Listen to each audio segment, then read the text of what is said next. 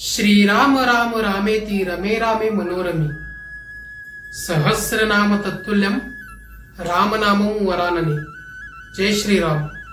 राम मंदिर कोठे आहे, त्या शहराचं नाव काय, या मंदिराच्या अगोदर त्या ठिकाणी काय होतं आणि पुन्हा राम मंदिरचा पुन्हा निर्माण कसं झालं, या मंदिराची कोणत्या शैलीमध्ये नक्षीकाम केलेली आहे, या मंदिराची शैली कोणती, या मंदिराची भूमिपूजन कधी झाली, पहिल्यांदा विटा कोणी ठेवला, या मंदिराची पुजारी कोण, या सर्व माहिती मी आज या व्हिडिओमध्ये देणार आहे।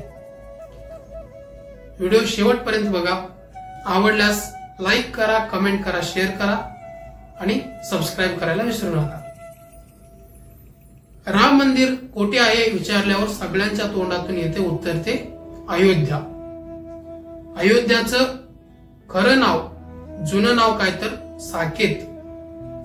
अयोध्याचं नाव आहे साकेत।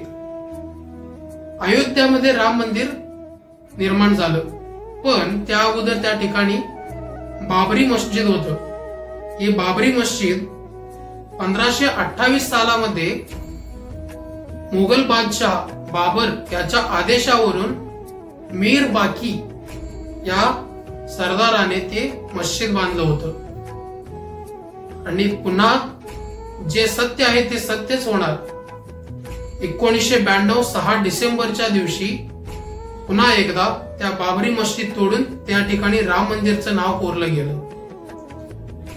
श्री राम मंदिराची भूमिपूजन कधी झाली, कोणी केली व मंदिराची पुनर्निर्माण करण्यासाठी बांधकामाची पहिली विटा कोणी रचली, तर आपल्या भारताचे लाडके पंतप्रधान श्री माननीय नरेंद्र मोदीजी यांनी 5 ऑगस्ट 2020 मध्ये श्री राम जन्मभूमीची राम मंदिराची भूमिपूजा केली।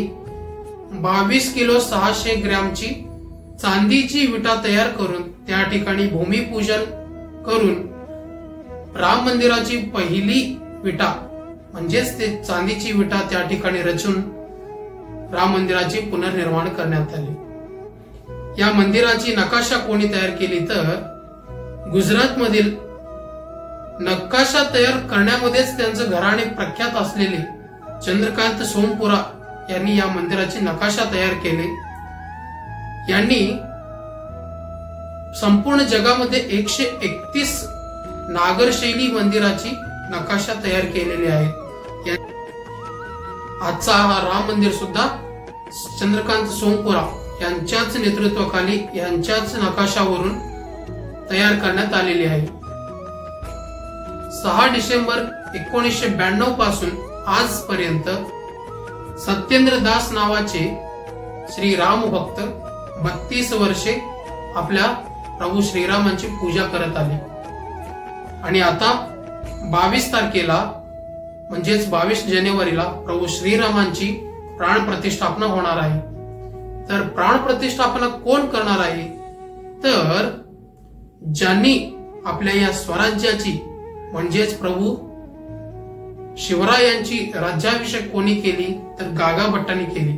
त्यांचेच वंशजांनी राम मंदिराची आणि प्रभू श्रीरामांची प्राण प्रतिष्ठापना करणार आहे।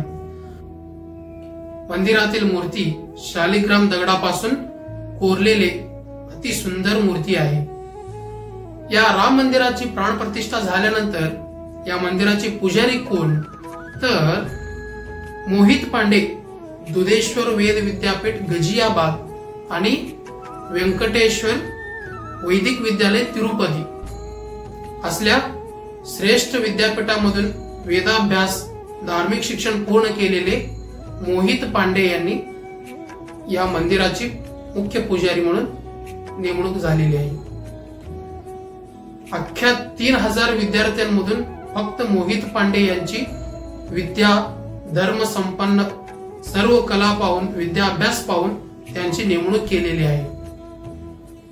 अशाच पद्धतीने प्रभू श्रीरामांच्या कृपेने अखंड हिंदू राष्ट्र बनण्याची आपल्या सर्व भारतीयांचं स्वप्न पूर्ण होवो अशा श्री प्रभू श्रीरामांच्या चरणी प्रार्थना करतो।